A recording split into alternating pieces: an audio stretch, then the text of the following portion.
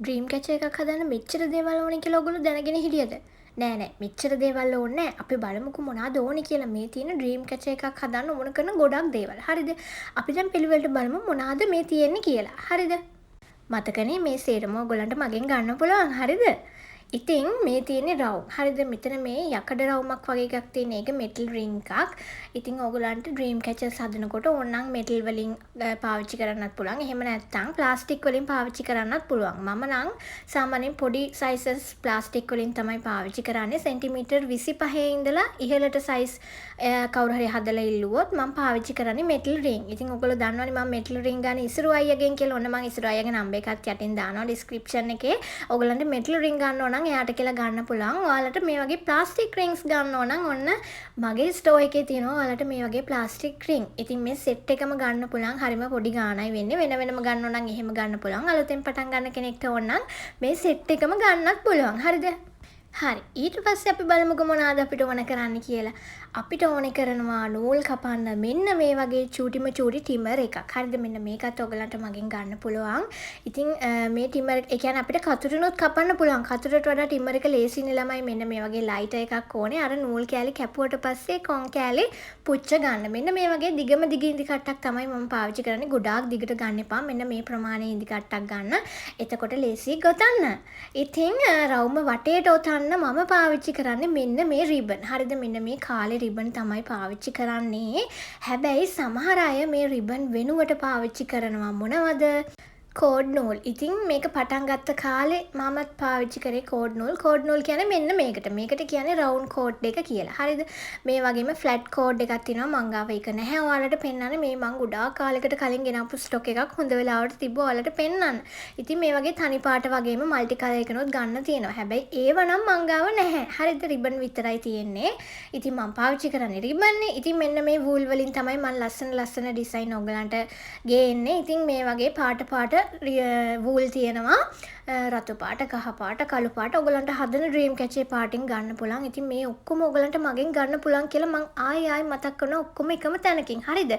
මං ගාව නැත්තේ මොනවාද? අර රවුන්ඩ් කෝඩ් එක විතරයි. හරිද? ඔන්න ඉතින් මේ තියෙන ක්‍රිස්ටල් බීඩ්ස් ඔයාලා දන්නවනේ මේවා. ඉතින් මේ අර වීදුරු පබළු වගේ තියෙන අන්න ඒවා. හරිද? මේ ග්‍රෑම් C පැකට් තමයි තියෙන්නේ. ඉතින් මම මගේ Facebook page එකේ දාලා තියෙනවා මේවා සෙල් කරන්න තියෙනවා කියලා. ඉතින් මේවත් ඔයාලට ගන්න පුළුවන්. හැබැයි ළමයි ග්‍රෑම් 100 පැකට් විතරයි තියෙන්නේ. හරිද? ඒ කියන්නේ 100 ගුණාකාර විතරයි දෙන්නේ. ඊට අඩුවෙන් දෙන්නේ නැහැ. ඉතින් පැකට් පිටින් එන්නේ. ඉතින් ඒ විදිහට තමයි මම සෙල් කරන්නේ. ඉතින් ඔන්න අපිට ඩ්‍රීම් කැචර් වල එක දේවල් ඒතකොට රිබන් අලව ගන්න, මල් අලව ගන්න එහෙම අපි පාවිච්චි කරනවා ග්ලූ ගන් එක. මෙන්න මේකට තමයි ග්ලූ ගන් එක කියන්නේ. තුවක්කුවක් හැඩයෙන් තියෙන්නේ. ඉතින් මේක ප්ලග් එකට ගැහුවට පස්සේ මේක රත් වෙනවා. රත් වුණාට පස්සේ ඒක පාවිච්චි කළා තමයි මම අලවන දේවල් කරගන්නේ. මේ තියෙන ග්ලූ ස්ටික්. හරිද? මේ ග්ලූ ස්ටික් ඔක්කොම එකට ඇලවිලා තියෙන. ඉතින් මෙන්න මේ තියෙන මේ ස්ටික් එකක් වෙනම තියෙන. හරිද? මේවත් ඔයාලට මගෙන් ගන්න පුළුවන්. කිලෝ ගන්නට ගන්නත් පුළුවන්. එක ගන්නත් පුළුවන්. එහෙම ප්‍රශ්නයක් නෑ. අලුතෙන් පටන් ගන්න කෙනෙක්ට කිලෝ ගණන් වැඩක් නැහැ නේ. ඉතින් එක දෙකනේ ඕනේ. මෙන්න මේක අර ග්ලූ ගන් එක ඇතුළට දාලා තමයි ඒක රත් වුණාට පස්සේ තමයි ගම් එක වගේ එන්නේ. මේ තියෙන අපිට ඕන කරනම දේ මොනවාද? මේ තියෙන්නේ පිහාටු. හරිද? මේ පිහාටු තමයි මේවට කියන්නේ වැල් පිහාටු කියලා. මේවා විකුණන අය මේගොල්ලන්ගේ small size, medium size, large size කියලා තියෙනවා. හැබැයි මං ගාව තියෙන්නේ නම් මීඩියම් සයිස් එක. මෙන්න මේක තමයි මීඩියම් සයිස් එක කියන්නේ. මේවා එන්නේ ළමයි යාර දෙකේ පැකට් විදියට. ඒ කියන්නේ මෙන්න මේ වගේ. මේ තියෙන පැකට් එකක්. මේ පැකට් එක ඇතුලේ යාර දෙකක් තියෙනවා. හරිද? අර ඔයගොල්ලන්ට මම ඉස්සෙල්ලා පෙන්නුවේ පිහාටු වැලක්. අන්නේ වැල ඒක යාර දෙකක් නැහැ. ඒ වගේ යාර දෙකක් තමයි තියෙන්නේ මේ පැකට් එකක් ඇතුලේ. ඉතින් තනි පාට විතරයි එන්නේ. හරිද? අලුතින් පටන් ගන්න කෙනෙක් ගන්නවා නම් ඉතින් පාට දෙකකින් වගේ පටන් ගන්න. මොකද ගොඩාක් අරගෙන කරන්න බැහැනේ. ඒක නිසා මම ඉස්සරහට ඔයාලට පැකේජ් එකක් ගේන්න බලාපොරොත්තුෙන් ඉන්නවා. පාට දෙක තුනක් ගන්න පුළුවන් විදිහට බලමු. ඉතින් ඒකත් කරගන්න පුළුවන් කියලා.